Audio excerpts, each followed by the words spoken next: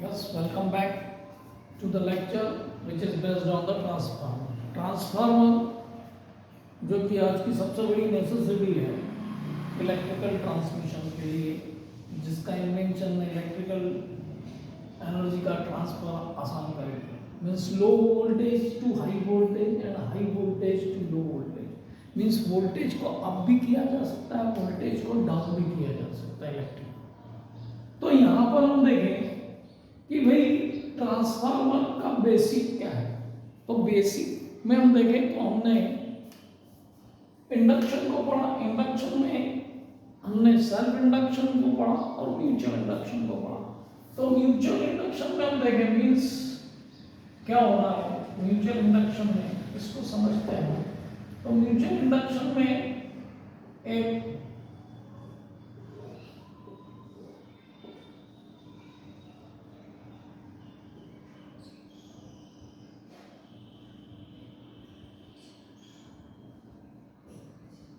ये आपका आउटपुट आ गया और यहाँ पर हमने इसको इनपुट दिया. तो यहाँ पर बेसिकली क्या हो रहा था कि जब हमने इसको कनेक्ट किया था we are continuously changing the switch. On off कर रहे थे. यहाँ पे मैंने अल्टरनेटिव ऑन ऑफ कर रहे थे. तो ऑन ऑफ करने से जो इलेक्ट्रिक यहाँ पर जो इलेक्ट्रिक करंट फ्लो हो रहा था वो मैग्नेटिक फील्ड को जनरेट कर रहा था, मैग्नेटिक फ्लक्स को जनरेट कर रहा था. और वो मैग्नेटिक फ्लक्स अपने पास वाले कॉइल में चेंज कर रहा था कंटिन्यूअसली मैग्नेटिक फ्लक्स को. और जब मैग्नेटिक फ्लक्स कंटिन्यूअसली चेंज हो रहा है विद दिस देन वो एक ईएमएफ को इंड्यूस करता है. Faraday's law of electromagnetic induction कि when an EMF when magnetic flux linked with the another coil which is kept near to the vicinity of primary, इसको हम प्राइमरी कह सकते हैं और इसको हम सेकेंडरी कह सकते हैं. तो यहाँ पर जो सप्लाई दिया जा रहा है हमने कहा ये अल्टरनेटिंग करंट दिया जा रहा है. तो अल्टरनेटिंग करंट देने से there is a continuous change in the magnetic field. और कंटिन्यूअस चेंज मैग्नेटिक फील्ड होने से मैग्नेटिक फ्लक्स में चेंज हो रहा है. और मैग्नेटिक फ्लक्स में जब चेंज होता है विद रिस्पेक्ट टू टाइम तो वो एक ईएमएफ को इंड्यूस करता है. एंड इस ईएमएफ को म्यूचुअली इंड्यूस्ड ईएमएफ कहते हैं. एंड दिस प्रोसेस और this phenomena is known as mutual induction. तो म्यूचुअल इंडक्शन के बेस पे आपका ट्रांसफार्मर है. तो ट्रांसफार्मर में आप देखें हम इनपुट प्राइमरी पे दे रहे हैं. ये एक सिंपल लेमिनेटेड आयरन कोर का ट्रांसफार्मर है. इसमें एक और आपका प्राइमरी कनेक्टेड है और दूसरी ओर आपका सेकेंडरी कनेक्टेड है. ये प्राइमरी हो गया आपका और ये सेकेंडरी कनेक्टेड. तो प्राइमरी को यदि आप इनपुट देते हैं, आप प्राइमरी को जब आप इनपुट देते हैं तो वेरिंग इनपुट मिल रहा है अल्टरनेटिंग करंट का. और there is a change in magnetic flux linked with this coil, and because of the change in the flux linkages with the second coil, that is secondary, it induces an EMF inside this, and because of that EMF there will be a current. And if the circuit is closed then there will be a current, and that EMF will be depending on this also. तो यहाँ पर हम देखें कि जो EMF induced हो रहा है वो सेकेंडरी में इट में बी इन हाई वोल्टेज और इट में बी अ लो वोल्टेज. वो डिपेंड करता है उसके नंबर ऑफ टर्न्स पे. उसको हम समझते हैं हाउ इट विल हैपन. सो यहाँ पर हमने प्रिंसिपल को समझा म्यूचुअल इंडक्शन के. और अब हम बात करेंगे कि हमको कैसे ईएमएफ उसमें मिल रहा है. जैसे हम कहें कि जो प्राइमरी है उसमें हमको ईएमएफ जो मिल रहा है N1 is the number of turns in the primary d phi by dt. जो फ्लक्स लिंकेजेस हो रहे हैं यहाँ पे क्या हो रहा है फ्लक्स मैग्नेटिक फ्लक्स बन रहा है. और ये मैग्नेटिक फ्लक्स जो है phi हमने कहा d phi by dt. तो ये मैग्नेटिक फ्लक्स में चेंज होने के कारण एक ईएमएफ इंड्यूस्ड हो रहा है इन प्राइमरी. सिमिलरली हम देखें E2 जो है वो आपका हो गया N2 d phi by dt. Number of turns in secondary, N2 is the number of turns in secondary. Minus sign क्या इंडिकेट कर रहा है कि the cause which produces it opposes the cause which produces it, like this. तो यहाँ पर हम देखें इन दोनों का रेशियो हमको क्या मिलता है. ये आपका एक प्राइमरी में आ गया, एक सेकेंडरी में आ गया ईएमएफ। तो E1 अपॉन E2 ये आपको दे देगा माइनस M1 d∅dt, और ये आपका हो गया N2 d∅dt। तो ये तो आपका कैंसिल हो गया, और ultimately what we are getting E1 upon E2 which is equal to N1 upon N2। तो यहाँ पर हम देखेंगे हमको क्या रिलेशन मिल गया कि E1 जो है, E1 प्राइमरी इनपुट है, इनपुट जो हम इसको दे रहे हैं, और E2 जो है आउटपुट वोल्टेज हमको मिल रहा है, और इसका रिलेशन किसके साथ आ रहा है, नंबर ऑफ टर्न्स के रेशियो के साथ में। और नंबर ऑफ टर्न्स के रेशियो के साथ में आ रहा है, तो हम सपोज करें कि E1 लेते हैं, यहाँ पे E1 लेते हैं, तो E1 जो है इज इक्वल टू हो गया आपका N1 अपॉन N2, और E2 आपका ये हो गया। तो E2 हम इसको ऐसा करते हैं, E2 निकालते हैं, तो E2 will be equal to E1 into N2 upon N1। तो अब हम देखते हैं, एक एग्जांपल लेते हैं कि सपोज हम E1 ले रहे हैं आपका 220 वोल्ट, तो कोई E2 क्या मिलेगा, हमने कहा भाई N1 जो है आपकी 100 टर्न्स ले लेते हैं, ठीक है, और N2 ले लेते हैं 1000 टर्न्स। तो E2 हमको क्या मिल रहा है, उसको हम देखें, what we are getting E2।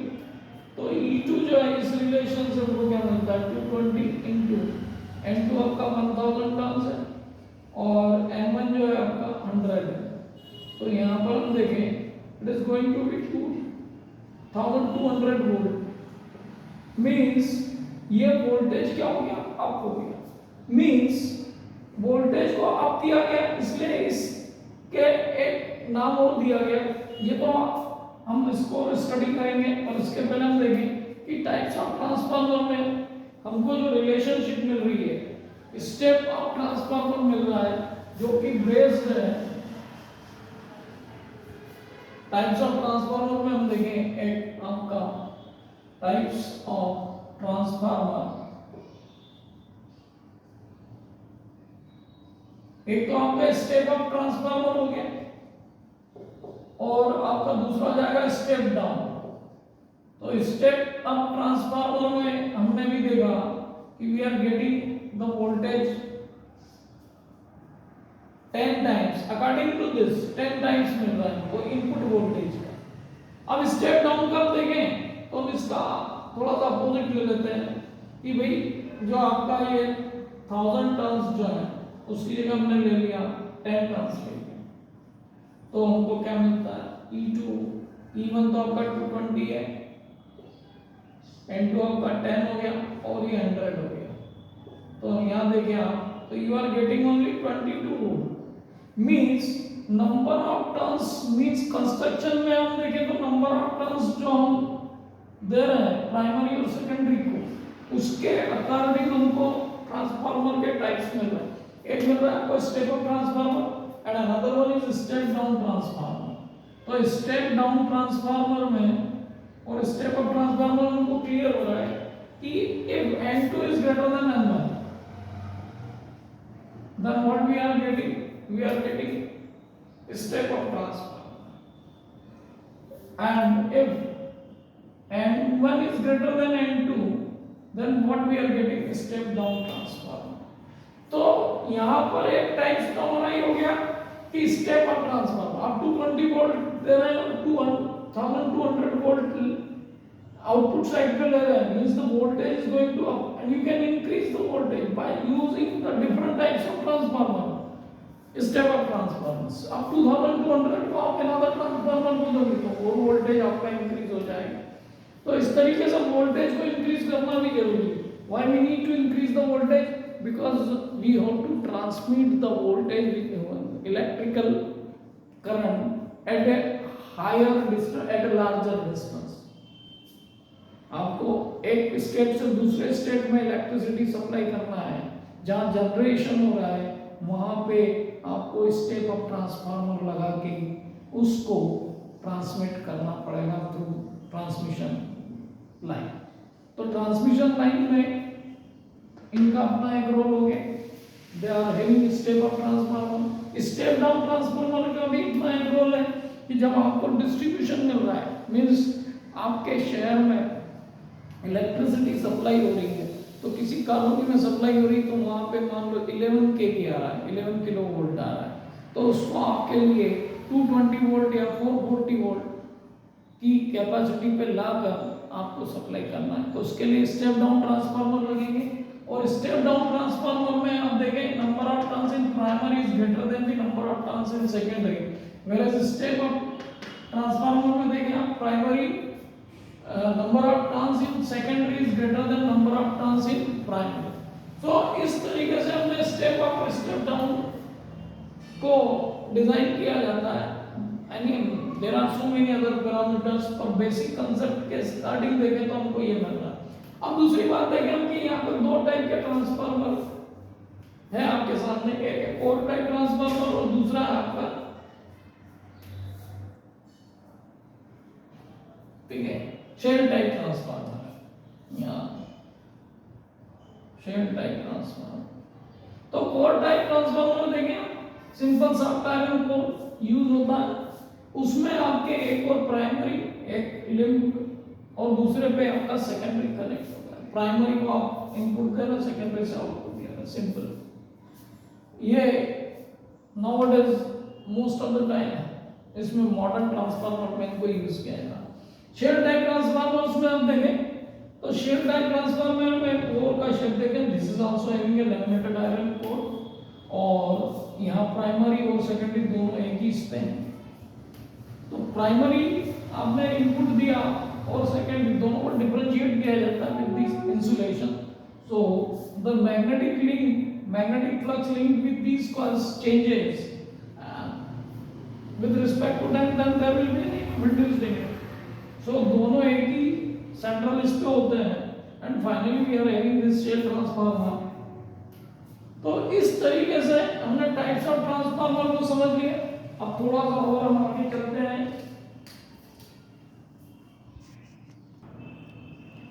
अब यहाँ पर देखें आप एक पॉइंट और हमारे दिमाग में आना चाहिए, हम इसको जो सप्लाई दे रहे हैं ईएमएफ जो दे रहे हैं दैट इज ई दे रहे हैं।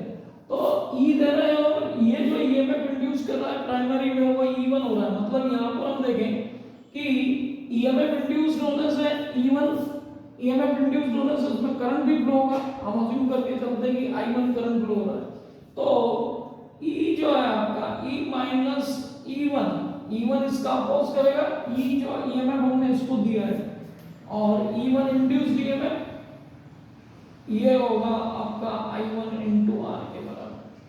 तो बेसिकली इसमें रेजिस्टेंस जो है इसका रेजिस्टेंस नेग्लिजिबल माना जाता है, और negligible means we have to keep the resistance at a very low value so that we can assume that e minus e1 equal to 0, or we can say this is a very negligible value।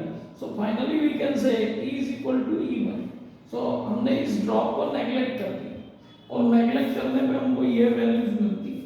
अब यहाँ पर देखिए हम कि efficiency एक part आता है आपका इफिशिएंसी।